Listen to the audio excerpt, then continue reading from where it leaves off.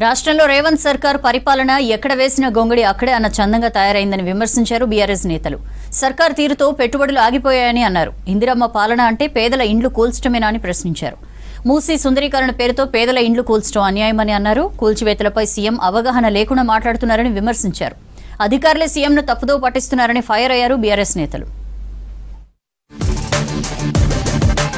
తెలంగాణలో కాంగ్రెస్ ప్రభుత్వం అధికారంలోకి వచ్చి 10 నెలలు గడుస్తున్నప్పటికీ ఏ ఒక్క సంక్షేమ అభివృద్ధి పథకం అమలుకు నోచుకోలేదన్నారు కేటీఆర్. రేవంత్ సర్కారు పరిపాలన ఎక్కడ వేసిన గొంగడి అక్కడి అన్న చందంగా తయారైందని విమర్శించారు. పరిపాలన అస్తవ్యస్తంగా మారడంతో పెట్టుబడులు ఆగిపోవడంతో పాటు ఉపాధి అవకాశాలు కూడా లేకుండా పోయాయని చెప్పారు.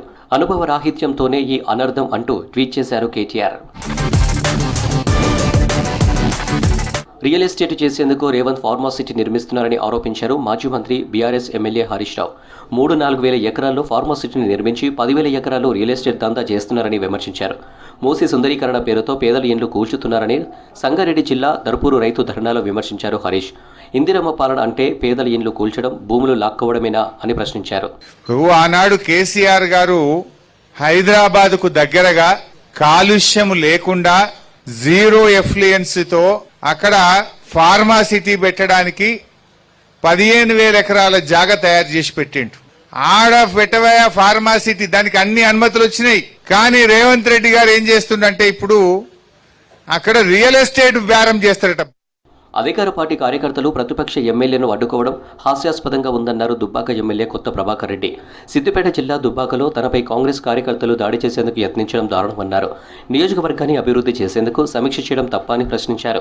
ఉన్న ఎమ్మెల్యేగా మరి నా నియోజకవర్గ అభివృద్ధికి మరి సమీక్ష సమావేశాల కోసం దుబ్బాకకు వస్తే కూడా మరి నిజంగా కూడా మీరు అపోజిషన్లో ఉండే ఆ పని చేయాల్సింది మేము, మరి మమ్మల్ని అడ్డుకోవడం ఏంటంటే ఎంత సిల్లి కదా.